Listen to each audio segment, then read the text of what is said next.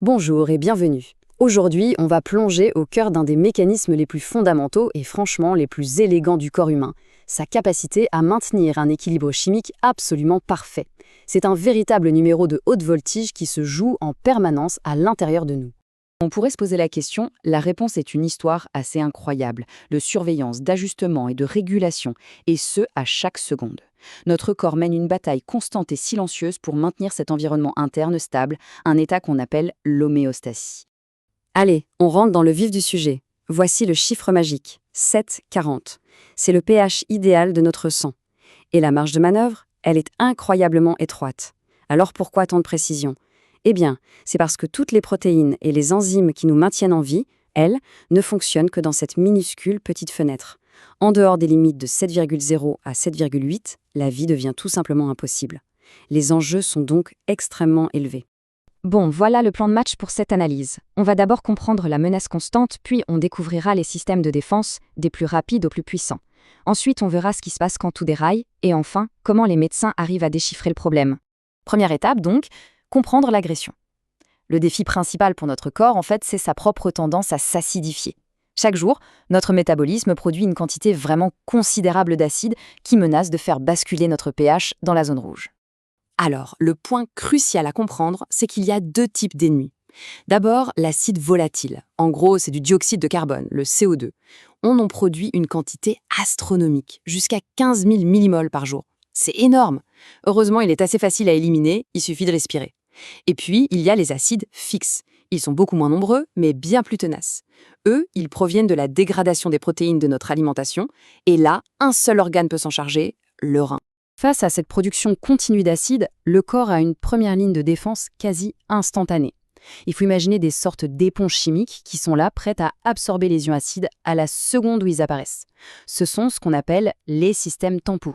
Et voici les héros de l'ombre. Le joueur vedette, c'est sans conteste le système bicarbonate. C'est le plus important dans le sang.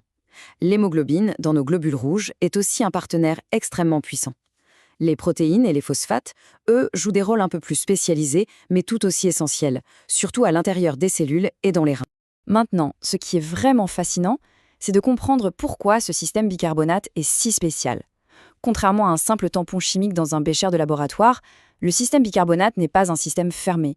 Non, ces deux composantes, l'acide carbonique et le bicarbonate, sont constamment régulées par deux organes majeurs, les poumons et les reins.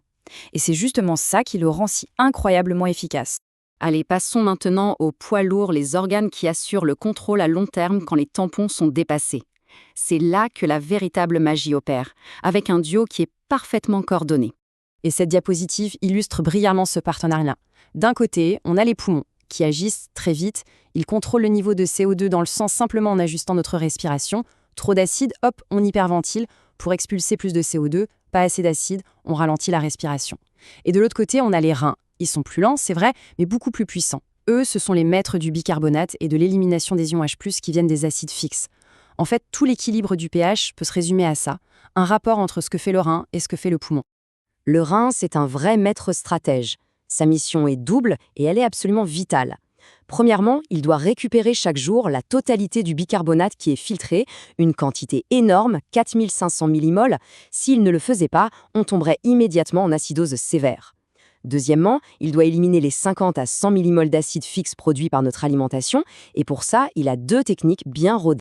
Voilà la première méthode. Le rein va sécréter un ion H+ dans l'urine. Mais pour être sûr que cet ion ne revienne pas en arrière, il va l'attacher à une sorte de transporteur, ici un tampon phosphate. Une fois qu'il est lié, l'ion H+ est piégé et il est excrété. C'est un moyen très efficace de se débarrasser d'une partie de la charge acide de la journée. La deuxième méthode est encore plus ingénieuse.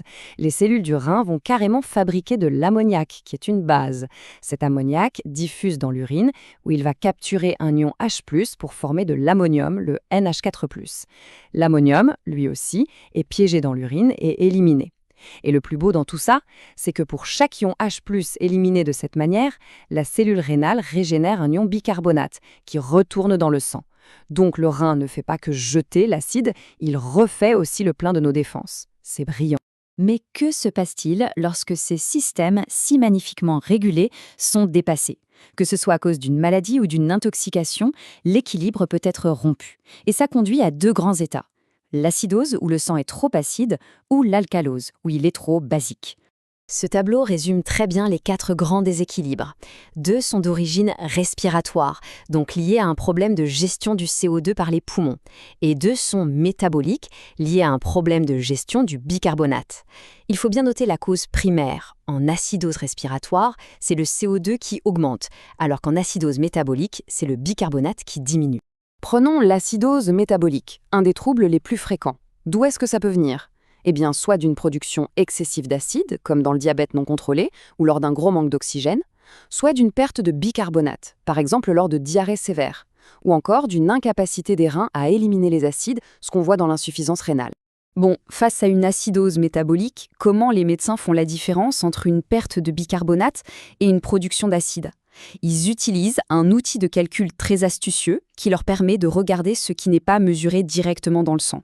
Cet outil, c'est le trou anionique. Le principe est assez simple. Dans notre corps, les charges positives, les cations, doivent toujours égaler les charges négatives, les anions. On mesure le principal cation, le sodium, et les 2 principaux anions, le chlorure et le bicarbonate. La différence, ce trou, représente tous les autres anions qu'on ne mesure pas d'habitude, comme les protéines, les phosphates, etc. Cette illustration est fantastique pour visualiser le concept. Regardons la boîte A, ça c'est l'état normal. Maintenant la boîte B, le bicarbonate a diminué, d'accord ? Mais il a été remplacé par un anion acide, qu'on ne mesure pas comme les corps cétoniques dans le diabète. Du coup, le trou entre ce qu'on mesure et le total s'agrandit. C'est une acidose à trou anionique élevé. Et dans la boîte C, le bicarbonate a aussi diminué, mais cette fois il a été remplacé par du chlorure qu'on mesure. Le trou, lui, reste donc normal. Ça c'est typique d'une perte de bicarbonate, par exemple lors d'une diarrhée. Et voici comment tout ça s'assemble dans la pratique. Face à une acidose métabolique, la toute première étape, c'est de calculer le trou anionique. S'il est élevé, le médecin va s'orienter vers des causes comme l'acidose lactique, l'acidocétose ou l'insuffisance rénale. Si le trou est normal, il cherchera plutôt du côté des pertes digestives de bicarbonate ou de certains problèmes rénaux bien spécifiques. C'est vraiment un guide diagnostique super puissant. En fin de compte, ce qu'on a exploré aujourd'hui, c'est une véritable symphonie, une chorégraphie incroyablement précise entre les tampons chimiques qui agissent en une fraction de seconde, les poumons qui s'ajustent en quelques minutes et les reins qui, eux, travaillent méticuleusement sur des heures ou même des jours. C'est un système de régulation à plusieurs niveaux, d'une élégance et d'une efficacité redoutables. Ce qui nous amène à une dernière petite réflexion. On a vu la perfection de ce système conçu pour gérer la charge acide naturelle, mais à quel point notre mode de vie moderne, notre alimentation, notre niveau de stress, à quel point tout ça met ce système à l'épreuve au quotidien ?